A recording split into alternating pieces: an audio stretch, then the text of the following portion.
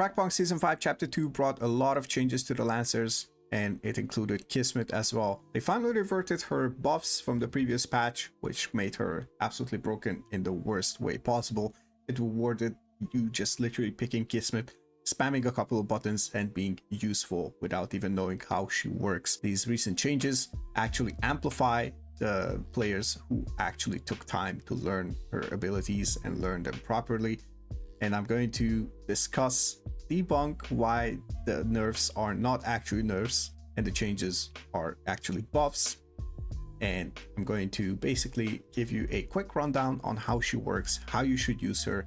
So hopefully this is going to be the one and only Kismet guide that you have to use. Maybe not in 2026, but at least until she gets changed in a serious manner once again. Now, before this patch, you would be useful just by throwing your grenades like this. The grenade would suck in all the enemies and you would basically just deal a bunch of damage, make their life a living hell, and you know, you would be useful. The scan was pretty much a broken thing as well, because she just literally scanned, and if somebody moves while they were scanned, you know, they would take damage. If they didn't move, they were vulnerable. So lose-lose situation all the time. I even got a bunch of kills, a bunch of funny kills where someone was like 3 HP and they got scanned, and by instinct they started moving, you know, to get away from harm's way, and you know, they just literally died because they started moving. Now that's changed. There are two massive changes. Those things are removed. Now we have two new mechanics. First things first, the scan. If you scan and then damage, it should be 67 damage, but look at this, 75. 12% vulnerability to all types of damage. I can basically show you that even if I scan them and I throw a grenade, it should do 100 damage. Now it's going to do 112. So that means now you can literally scan someone, and if you nail a grenade, or someone nails a grenade, if you are, you know, playing with a duo, playing with like good teammates, then you are going to be able to kill someone who has overhealing. For example, like an aura, a wild style, stuff like that, or maybe some certain cards like smoke shields. Now, another massive thing is regarding the burners. If I show you, it'll take, you know, 10 damage per tick. And with this, it'll take a little bit more. That means this will make it a bit of a faster kill, which is really, really cool. And this is just to showcase that every single damage source is amplified by that scan by 12%. So you can do the math on everything. And, you know, that's pretty much it. Discipline will probably be more powerful. SMGs will be more powerful. If you try to mow down someone while they're scanned, it'll do more damage, less bullets required, less time to kill, all that good jazz. Now, regarding the grenades, you know, if we cannot throw them like this and make them undodgeable, how are we supposed to throw them, you might ask? Well, we're going to throw them in an arc. So if you look at the screen, on the bottom half of the screen, you can see a little thing. I'm just basically pulling it up and down on the accent's head. Now, that's where the center of the explosion will be. So if I throw it like this, you can see, boom.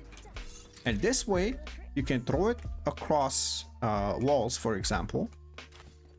You can throw it across walls, and this will make it undodgeable.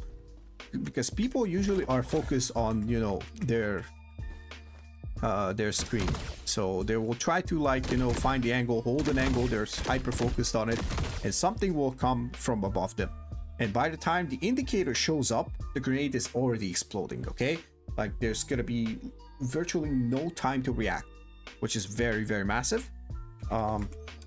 So that's the new technique, well, old technique, but also a new technique that you're going to throw your grenades with if you're a new Kismet player, and I strongly recommend you learn them.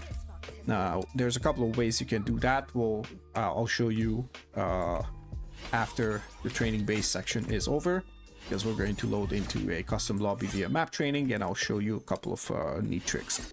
What has changed with the grenade? Why I think it's even a buff? Because now you don't only have two grenades. Now the grenades are recharging constantly. The moment you use your first grenade, you'll see a little bar charging up. Now, I haven't calculated the time required to recharge one use, but it's pretty much as if you would have permanent skill replenish. If you don't know what skill replenish is, go into the short cards tab, type in skill replenish, read the card. That's basically what it does for the grenades specifically.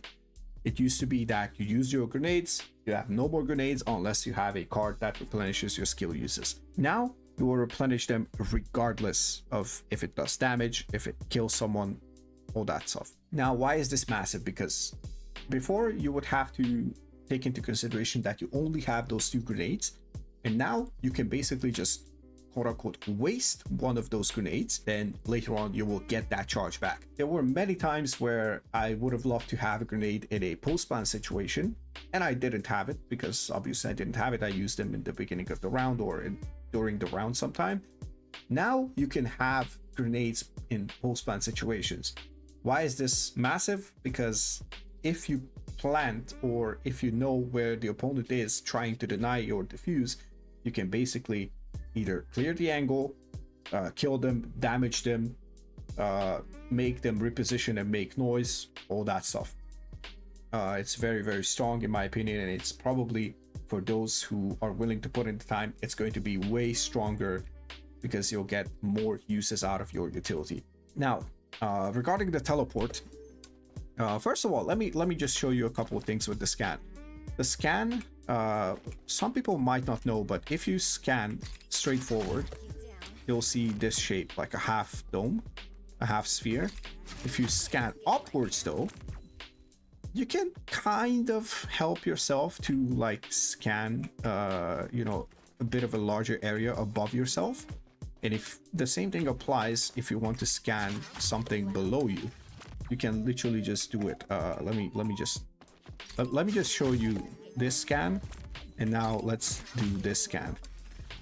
Now you can see the difference clearly. So that's pretty much it. Regarding the teleport, I have 2 very strong uses for it. First thing is going to be when you obviously want to get out of harm's way, then you want to use your teleport. I really don't recommend you use the teleport for engaging, and I'll explain why. Now, while you're using teleport, you want to jump. You want to jump because you'll go further. Normally, you would not go as fast, and obviously, it's nice to just, you know, get used to it. What you also need to remember is that teleport benefits from certain cards that amplify your speed. For example, with Superhuman, you're going to be extremely fast. If you have 5 stacks of Superhuman, you're going to be insanely fast. You can rotate really fast with your teleportation. Now, one thing that a lot of players don't know, cards that influence scanning abilities also affect Kismet's ability. Now, what you don't know, there is one card, Scanning Interference, which basically just makes the scans show up as pings. They are still vulnerable. They would still take damage in the previous patch, regardless if they got revealed through the wall to you or not. So keep that in mind. You will still do more damage to them if you scan them, but they will only show up as pings. It's really important to note that. Now, regarding the other use of teleport is when you are certain that you're not going to encounter anyone while rotating. You can make a bit of a faster rotation, maybe like a second or 2, and that counts as well. I'm not going to say it doesn't, but you need to be very careful. When you are teleporting, as you can see, you don't see anyone on the map. You don't see any utility, not even your allies, not on the minimap, not on your screen. And the teleportation is extremely loud, okay? Teleportation is as loud that people 20 matches onwards will hear that you teleported 20 matches ago, okay? That's how stupidly loud the teleportation is. So that's why I don't recommend you using it as an engagement tool. If the chaos is insanely high and there's like all kinds of sound cues going on, and you're certain that you can just, you know, add to that chaos and maybe get 1 or 2 kills, basically come out positive even if you die. But if you just trade yourself out in the beginning of a round, and especially if you have abilities left to use, then don't do it. Just don't, okay? Before we jump into the map training, let's recap quickly. Scan, you do more damage to people who got scanned. Grenades, No longer throw them on the ground, throw them in the air. Find the angle, practice it. It's not that difficult, believe me, and it's worth it. It's very, very satisfying when you throw a double nade and you get like 4 kills. And for teleportation, use jump and use it cautiously, okay? Make sure that you are getting something out of it. Now, let's move on to map training, and I'll show you one neat little trick to make your grenades land where you want them. All right, I loaded up a game of Outpost in the map training. You can find it under the custom tab where you select your game modes. And look at the minimap. The minimap is really, really useful when it comes to this. So if you want to land it where basically is literally like, let's say you hear the push, you just fall backside, and you want to throw the B main nade. You can just come up here and here, and look at this beauty. So that's the beauty of it. Now, another thing, you know, you can also be over here. You hear them coming B short. You can just throw these things. So that's for the minimap use. Once you're comfortable with it, I promise you won't even need the minimap. So you'll just throw them by reflex. If you don't feel it on a certain day, just look at the minimap, take a little glance as short as possible, and just throw your nades, and that's it. See how beautiful it is? So I promise you guys, Kismet is one of the most rewarding lancers in this whole game. Takes some skill, takes some experience, some time invested, but she's really, really rewarding. Now, another massive and important thing about the Kismet nades is using walls. So I have an Axum bot over here, and watch what happens if I throw the grenade over here. It's in range, and I can literally just do damage without the Axum having to be there. I can do the same thing right over here. There's an Axum behind that wall. I already tested it because I wasn't 100% sure that it's going to, you know, be long enough of a range. So somebody's hiding there, or let's say, you know, they're hiding here. The problem is that it's not going to be that easy to throw proper nades. Like, you need to line them up properly to make them stick. So the best course would be probably to just throw them like this. And if somebody's hiding there, the problem is that they will still have the notification that they're basically under attack. What you can do is throw the nades like this. That also works pretty much the same as you would throw them, you know, literally on top of the enemy, and just make it undodgeable, just as it was. But if somebody's unaware of this mechanic, then you can definitely catch them off guard at least once, and they will act surprised, like, what the hell happened? There was a wall over here. How did I die? Trust me, it happened to me. People were raging, calling me a cheater, wall hacker, whatever. Like, as if you could wall hack with Kismet nades, but sure. I guess that's a thing. But anyways, guys, that's gonna be it. A bit of a longer video than I expected. I hope you enjoyed it. I hope you walk away with something really useful from this. And don't let the naysayers say anything. You know, the Reddit trolls will say Kismet is dead in the water. She's weaker. She's way weaker. Yes, if you have no experience on Kismet, then yes, she's going to feel weaker. But once you get used to it, the recharging nades and the vulnerability are going to be insanely useful, not just for you, for the whole team.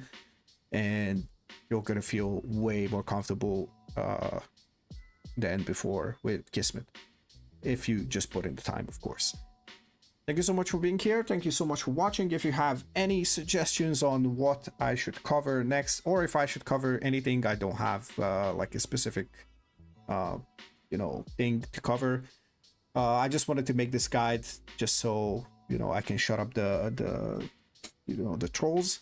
And I really wanted to put an end to people, you know, basically playing Kismet like this and calling it a day. So guys, this not cool, this way cooler. Okay, so stay safe. Let me know if you want any map specific, player specific analysis, anything like that, my own replay, any Kismet players replay. You know, if you want your replay to be reviewed, whether, you know, one-on-one or in a YouTube video or anything like that, I'll have my Discord tag in the description. Feel free to add me. It's free. I'm not going to charge money ever. And yeah, hope you enjoyed it. Catch you in the next one. I'll see you around, and yeah, get out of here.